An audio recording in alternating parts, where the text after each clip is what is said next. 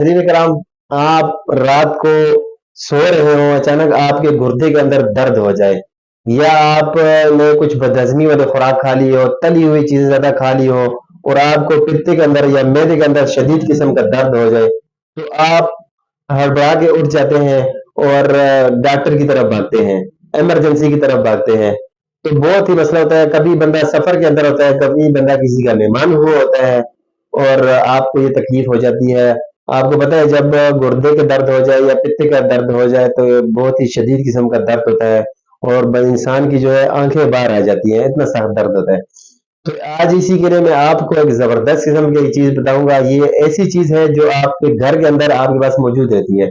आप इसको बनाएंगे इंशाल्लाह, चुटकियों के अंदर ये दवा बन जाती है और आपकी जो तकलीफ होगी, वो जो मैदे का दर्द होगा या आपके पित्त के अंदर दर्द होगा या गुर्दे के अंदर किसी किस्म का दर्द हो, तो इंशाल्लाह आपको चुटकियों के अंदर आपको आराम आ जाता है। तो आइए देखते हैं कि वो क्या चीजें हैं जो आपको इतनी आसानी से मिल सकती हैं। नंबर एक पे आपने चीज ले लेनी है, ग्लूकोज। ग्लूकोज आपके पास होती है, हर घर के अंदर मौजूद होती है। ग्लूकोज डी भी होती है। तो दूसरे नंबर पे चीज आपने इसके अंदर शामिल करनी है, सोडा, मीठा सोडा।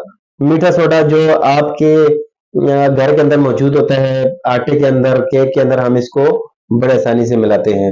तो ये दोनों चीजें हमारे घर में, बल्कि हर घर के अंदर मौजूद होती है। आपने क्या करना है, एक चम्मच सोडा मीठा ले लेना है, एक चम्मच जो है आपने ग्लूकोज ले लेना है, दोनों को मिला लेना है। उसमें से आधी चम्मच आपने एक टाइम पे खा लेनी है, नीम गर्म पानी के साथ। तो उम्मीद करें आपने सबसे बेहतरीन नुस्खा बना लिया है, जबरदस्त किस्म की चीज आपने बना ली है। अब आपने क्या करना है, आपने इसको खा लेना है नीम गर्म पानी के साथ। बस आपका दर्द जो है वो इंशाल्लाह खत्म हो जाएगा, आपको कहीं भी भागने की जरूरत नहीं है। अब अगर किसी को ऐसा होता है कि कुछ कसर रह जाती है, तो आपने दोबारा से वही जो आधा चम्मच आपके पास रह गया है, वो आपने नीम गर्म पानी से दोबारा ले लेना है। तो उम्मीद करें इंशाल्लाह कि आपका ये मसला बिल्कुल खत्म हो जाएगा, बिल्कुल गुर्दे के अंदर, पित्ते के अंदर दर्द नहीं रहेगा।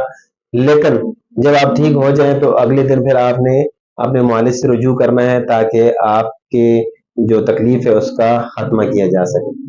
उम्मीद करता हूँ इंशाल्लाह आपको ये नुस्खा पसंद आया होगा। या आपको नुस्खा पसंद आ जाए जब चैनल को जरूर सब्सक्राइब करें और अपनी दुआओं में खुसूसी तौर पे याद रखें। अस्सलाम वालेकुम।